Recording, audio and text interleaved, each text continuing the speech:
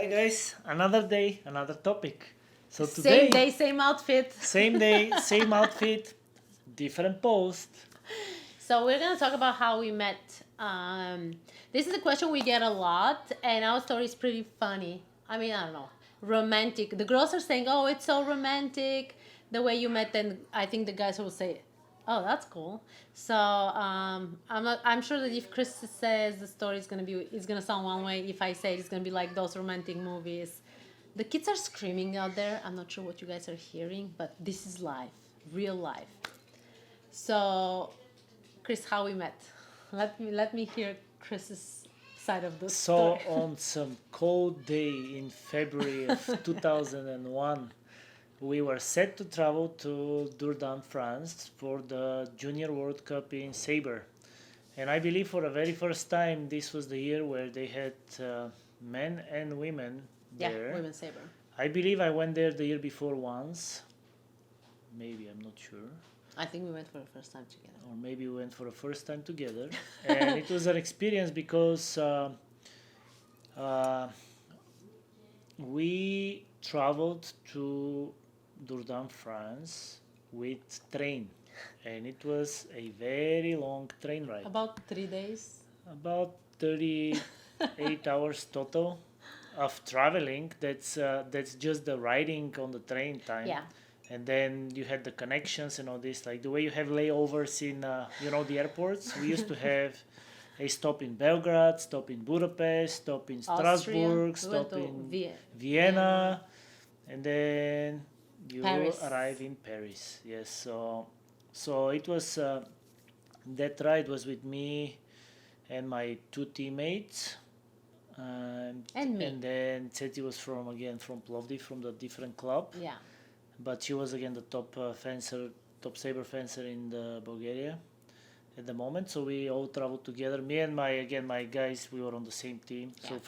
from Sofia, from You were the top three guys. top three guys. So we get the opportunity again to go and represent Bulgaria at the World Cup in Durban. So Yeah. it was a long journey. So we had a lot of time kind of to get to know each other, and I think back at the time we both had We were dating somebody. we Yeah, were we were dating dating. someone, and again wasn't, I believe, very serious, I guess. But it was funny how kind of we met, we got to know each other, we find to have a lot of like similar things that we're in, Similarities, yeah. similarities that we're interested in. And back in Bulgaria we had to learn a lot of things like with literature and stuff, and we were both actually memorized the same things. It was kind of, Yeah. it was funny how similar again, and how many things in common we had. And I never thought we were gonna have that many things in common because we never spoke a word to each other before that. Yeah, we never Not met a before. single.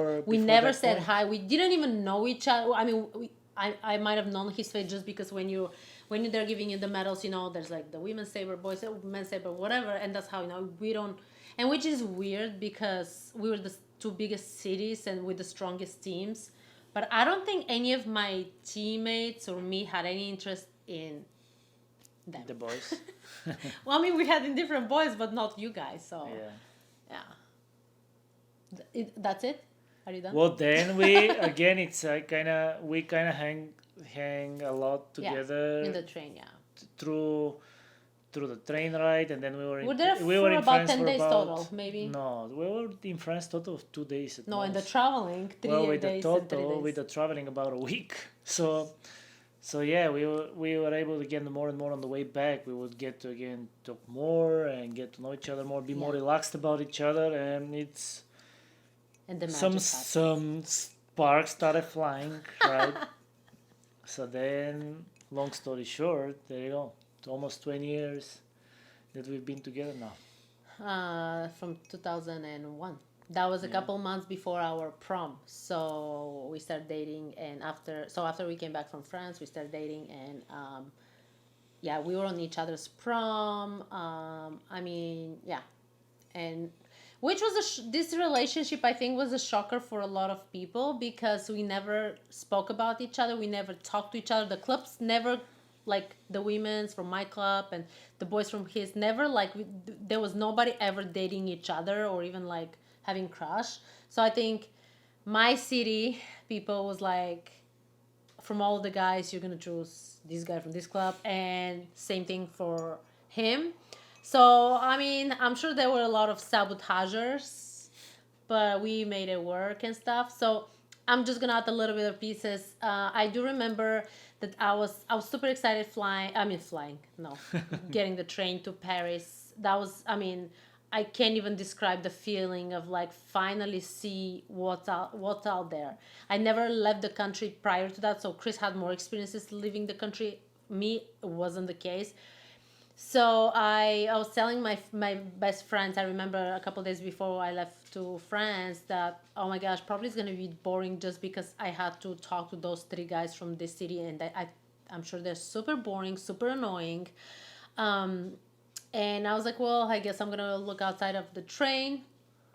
So anyway, yeah, we start kind of talking more and more. I think that I was going to talk more to one of his friends because he was more approachable than Chris. But I don't know how we just start talking and we got along great. And I mean, that's it. We just, the way he said it, we had so much in common. I never really thought that I will literally like start falling in love with somebody who I barely even know. But I was like, how come we have so much in how come I never knew this and that? And yeah.